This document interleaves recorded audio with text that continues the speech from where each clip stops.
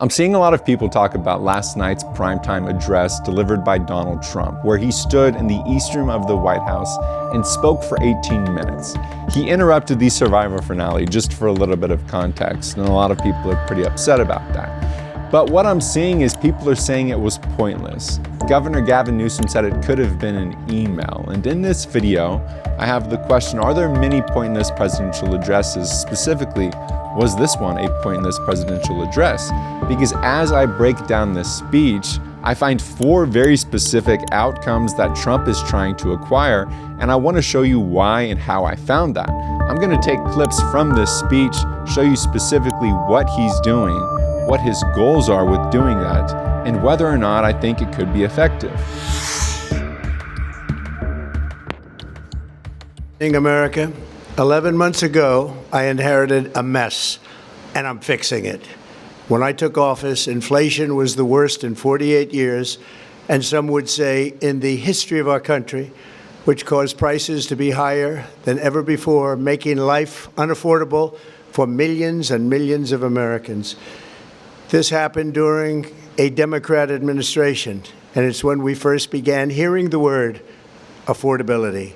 All right, so Trump uses 3 words to start the speech. Very intentional 3 words. Notice he didn't show up and say, "Good evening, how is everybody? It's great to see everybody." No. How you start a speech matters. The 3 most important times of any speech, if you're ever giving one, or a presidential address, if you ever become the president of the United States, remember me if you do. The first one is how well you prepare. I imagine Trump prepared with his speechwriters and with a team on what is the goal of this speech. We're going to show specifically what I think that goal is. The second one is how you start the speech. This sets the tone and it sets the opening frame for your audience. And the third one is how you land the plane, how you conclude the speech.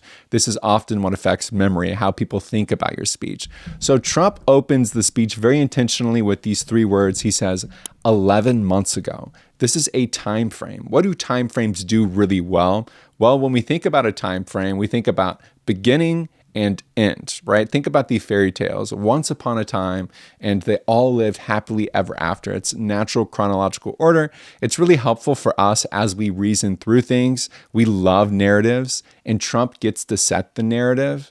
11 months ago is going to be able to show us, here's how I want you to start thinking. Audience member, think about 11 months ago. And then ultimately, we're going to see this speech is like a year in review. The time frame is a great way to review progress, to showcase transformation, and to share contrast. And we can already see a little bit of that contrast. He says, 11 months ago, I inherited a mess and I'm fixing it. We're going to see a lot of that I language in this speech. I'm. Here's what I did. When I took office, inflation was the worst in 48 years, And then he says this happened during a Democrat administration. And it's when we first begin to hear the word affordability. So that contrast is what we're going to see. The Democrat administration, that's going to be the villains. It's going to be the us versus them type vibes. Democrat and corrupt politician you're going to see used intermingling. We don't really know if those are one and the same, but in this speech, we're going to see a little bit more clearly. And if you enjoy learning about communication, press the like button and subscribe to the channel so you don't miss any of my upcoming videos. Our border was open, and because of this, our country was being invaded by an army of 25 million people, many who came from prisons and jails, mental institutions, and insane asylums. They were drug dealers, gang members, and even 11,888 murderers, more than 50% of whom killed more than one person. This is what the Biden administration allowed to happen to our country, and it can never be allowed to happen again. With his opening frame, he set up how he wants his audience to think, the time-based thinking, 11 months ago to now. Now he's creating the setting. He's going to touch a lot of different topics in this speech. There's a long list of them, including the border, economy, crime, culture, energy, healthcare, housing, foreign policy. And this isn't a sloppy shotgun shot. Rather, it is strategic. It's touching breadth. It's saying, hey, here's all that our country is doing. And if you see, it feels a little bit more like giving a State of the Union address. If you watch State of the Union addresses, the purpose of the State of the Union is for the president to give an update to Congress about how the country's doing. Here's the status of all of our affairs, our domestic affairs, our foreign affairs. Let's talk about this. Let's talk about that. He brings in guests that represent or illustrate different things happening in America. And this is like a primetime pop-up State of the Union where I'm going to be able to give you all of this, yet he doesn't have to deal with all of the procedural stuff. For instance, at the State of the Union, the president is announced, and then you have everybody sitting on one side, then the whole other party sitting on the other side, and the judicial system isn't really supposed to clap, and then you have the Speaker of the House. And there's all of this fanfare. But what the primetime pop-up address gives him the chance to do is give a State of the Union, be really broad, at the same time avoid all of that drama and all of the heavy lifting. Theodore Roosevelt, a famous 26th president of the United States, coined the term bully pulpit, which said back then bully pulpit wasn't really, I'm going to beat you up, I'm going to take all of your lunch money. It was more referred to as something being excellent or really good. And he referred to the presidential position as a bully pulpit because it was a really good way to set public opinion and to create a narrative simply by talking. So by booking this primetime event and talking about the border economy, crime, culture, energy, healthcare, housing, and foreign policy, it creates this impression of total command. Like, hey, we are working on all of these things across the board. And not only are we working on them, they were really in a bad position before. And now they are even in a better position. Let's look at a little bit more of this transformation rhetoric. Watch how Trump talks about America being transformed. We inherited the worst border anywhere in the world, and we quickly turned it into the strongest border in the history of our country. In other words, in a few short months, we went from worst to best. We had the worst trade deals ever made, and our country was laughed at from all over the world. But they're not laughing anymore. We're doing what nobody thought was even possible, not even remotely possible. There has never, frankly, been anything like it. 1 year ago, our country was dead. We were absolutely dead. Our country was ready to fail, totally failed. Now, we're the hottest country anywhere in the world. And that's said by every single leader that I've spoken to over the last 5 months. This is very powerful because humans love transformation. For instance, there's Transformers 1 and Transformers 2 and Transformers 3 and Transformers 4. Have you ever seen those movies? Now there's 7 of them. I just looked it up and people are asking, is Transformers 8 confirmed? This idea of something small transforming into something big, the rags to riches, the narrative arc, we love it. Caterpillar to butterfly. Give me all the examples and it's like, yeah, we love transformation. Look at these lines that Trump showcases transformation in America. He says, we inherited the worst border anywhere in the world and we quickly turned it into the strongest border in the history of our country. In other words, in a few short months, we went from worst to best. So textbook transformation language, no slow progression of, yeah, we were okay, and then we did this, and then we did that, and then we did this. No, very worst to very best. Watch again.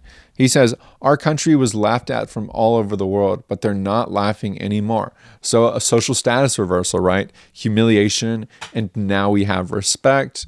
And then he says, 1 year ago, our country was dead. We were absolutely dead. Now we are the hottest country in the world.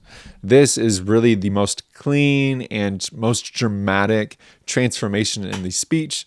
And there will be a picture of Trump with these words behind him as like an inspirational quote, because it's transformation right there. This approach of contrast from dead to alive, worst to best, laughed at, and now respected is very helpful because if you can get the audience to accept the premise that there's been transformation, then they feel good, they feel the pride without having to go through the complexity. So he's not sharing, hey, here's specifically how he did it. He's not sharing, hey, there were some trade-offs. In order to get this, we had to get that.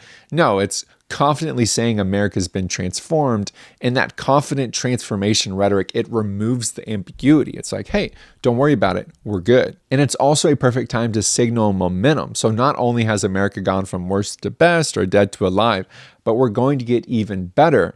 And this is one of the big reasons why Trump did this primetime address, is he wanted to signal to America that, hey, he had motion, his administration had momentum, and there were very specific things that he wanted to announce.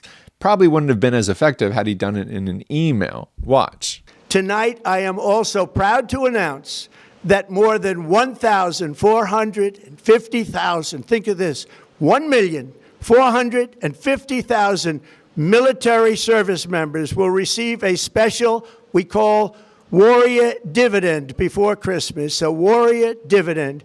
In honor of our nation's founding in 1776, we are sending every soldier $1,776. In addition, I'm doing what no politician of either party has ever done, standing up to the special interest to dramatically reduce the price of prescription drugs.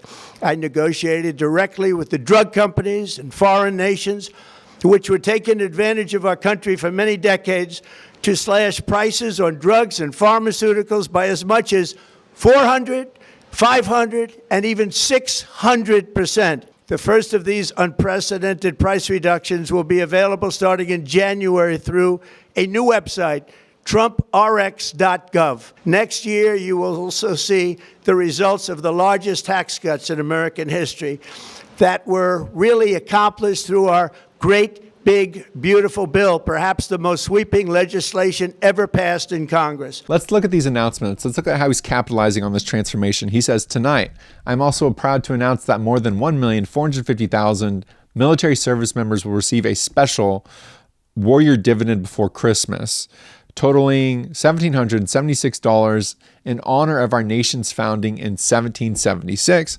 Not only does he says that they're going to receive it, he also says the checks are already on the way. So this is an emotionally potent part of the speech because he's announcing, hey, not only have we been transformed, but there's personal benefit. It is affecting you, your pocketbook before Christmas. Many of you watching know someone who's been involved in the U.S. military. Maybe you have. If you have, thank you for your service. But this is Trump's way of reinforcing patriotism and saying, hey, don't worry about the finances. We got it under control. I saw a lot of headlines. I saw a lot of posts on Twitter or X that were saying, how is Trump affording this? And this, he says, hey, it's the magic word tariffs. That's how I'm affording it.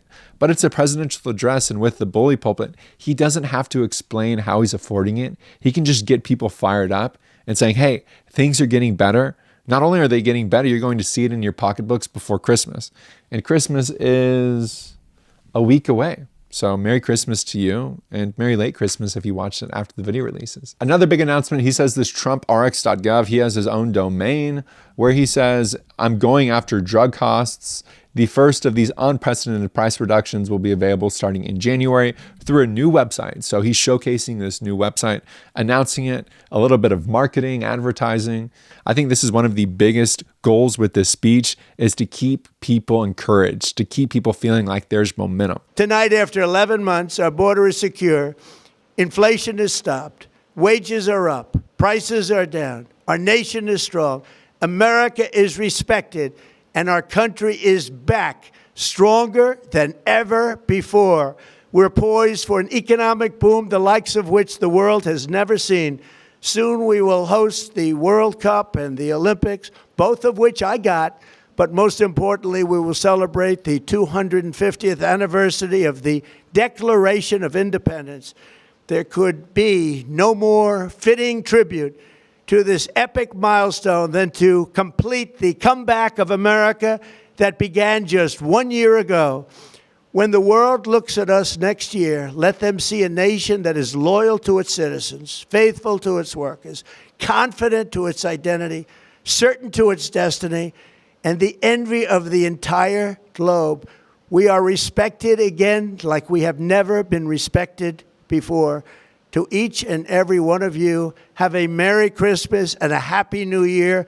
God bless you all. One of the things I found fascinating about this conclusion was that there's no call to action. He doesn't even say, America, I want you to feel happy, or America, I want you to go out and encourage your neighbors, or America, I want you to put more trust in this and go thank a armed member or a military member or a veteran for their service or anything like that. No, he doesn't need anything from the audience. That's not his goal here. His goal is to say, hey, I got this. We got this. Well, more specifically, I got this when you look at the actual rhetoric.